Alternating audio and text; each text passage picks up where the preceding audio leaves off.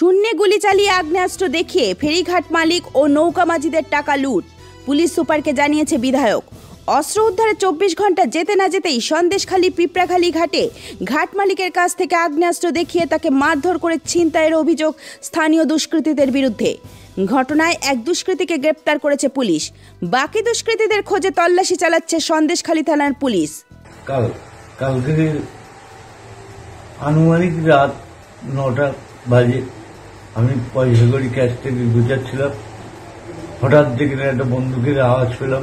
তারপরে 8-10 জন ছুটে এসে আমার বন্দুকের ডগায় বাড়ির পিঠের চালে মেরে বন্দুক মাথায় ঠেকিয়ে আমার বলে খানকির ছেলে আমার পয়সা করি সব যা আছে দিয়ে দিয়ে বলে যা ছিল ওরা নিয়ে আমার বুকের ছাতায় লাথি মারে। আমি পড়ে যাই, হঠাৎ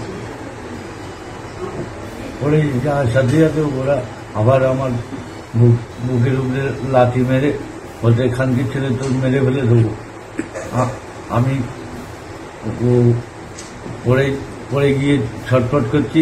তারপরে ওরা পয়সা করে নিয়ে যে যা চলে যায়, লাস্টে আমাকে গুলি করে। আমি হঠাৎ করে সরে যাই, যার ফলে বন্দুকের গুলিটা আমার লাগেনি। কারা তারা? অজয় মিস্ত্রি, বাছা মিস্ত্রি,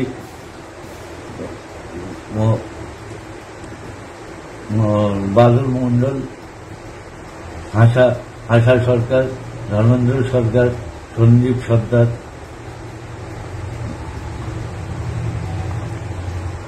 আর আমার ঠিক মনে আসছে না,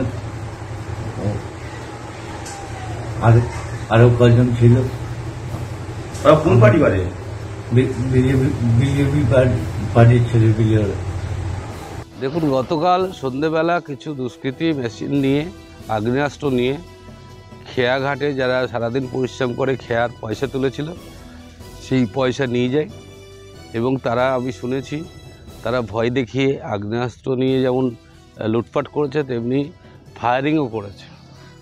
তো আমি চাইছি, আমি এসপিকে জানিয়েছি, এর কঠোর প্রতিবাদ করছি, অবিলম্বে গ্রেপ্তার দাবি করছি। যদি এই ঘটনায় কেউ গ্রেপ্তার না হয় তাহলে আমরা বৃহত্তর আন্দোলন করব।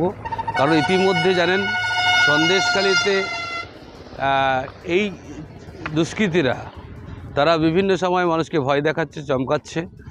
আমরা চাইছি সন্দেশখালী শান্তি ফিরে আসুক। গত কয়েক মাস ধরে সন্দেশখালীর যে আবহাওয়া তৈরি হয়েছিল সেই পরিস্থিতি স্বাভাবিক হয়েছে। কিছু দুষ্কৃতী নতুন করে ভয় দেখাচ্ছে, অবিলম্বে তাদের গ্রেপ্তার দাবি করছে।